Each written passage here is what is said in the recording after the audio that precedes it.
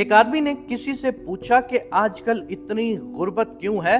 तो जवाब मिला, मेरे ख्याल में आज इतनी गुर्बत नहीं जितना लोगों ने शोर मचा रखा है। आजकल हम जिसको गुर्बत बोलते हैं वो दरअसल ख्वाहिशात का पूरा ना होना है। हमने तो गुर्बत के वो दिन भी देखे हैं कि स्कूल में तख्ती पर गाची के पैसे नहीं होते थे तो मट्टी लगाया करते थे, स्लेट पर स्लेटी के पैसे नहीं होते थे, बजरी का कंकर इस्तेमाल करते थे, स्कूल के कपड़े जो लेते थे वही ईद पर भी पहन लेते थे। अगर किसी शादी ब्याह के लिए कपड़े लेते थे तो स्कूल कलर के ही लेते थे। कपड़े अगर फट जाते तो सिलाई करके बार बार पहनते थे।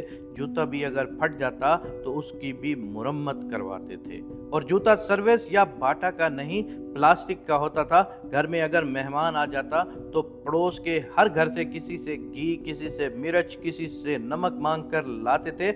आज तो माशाल्लाह हर घर में एक एक माह का सामान पड़ा होता है। मेहमान तो क्या, पूरी बारात का सामान मौजूद होता है। आज तो स्कूल के बच्चों के 2 या 3 यूनिफॉर्म ज़रूर होते हैं। आज अगर किसी की शादी पे जाना हो तो मेहंदी, बारात और वलीमे के लिए अलग अलग कपड़े और जूते खरीदे जाते हैं। हमारे दौर में एक चलता फिरता इंसान जिसका लिबास 300 तक और बूट 200 तक होता था और जेब खाली होती थी। आज का चलता फिरता नौजवान जो गुर्बत का रोना रो रहा होता है, उसकी जेब में 30,000 का मोबाइल, कपड़े कम से कम 2,000 के, जूता कम से कम 3,000 का। गुर्बत के दिन तो वो थे जब घर में बत्ती जलाने के लिए तेल नहीं होता था। रुई को सरसों के तेल में डुबोकर जला लेते थे।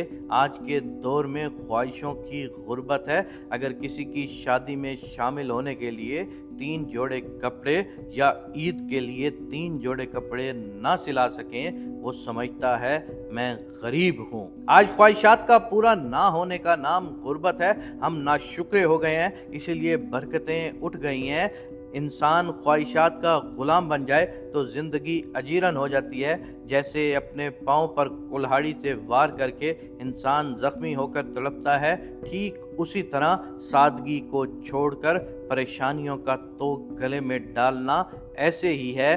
ख्वाहिशात का पूरा करने वाला बादशाह भी गदागर बन जाया करते हैं। अपने आप को हमेशा मोतदिल रखें, क्योंकि रसूल अकरम सल्लल्लाहु अलैहि वसल्लम का फरमान है कि ज़िंदगी इत्तादाल से गुजारें, कभी किसी किस्म की कोई परेशानी नहीं आएगी।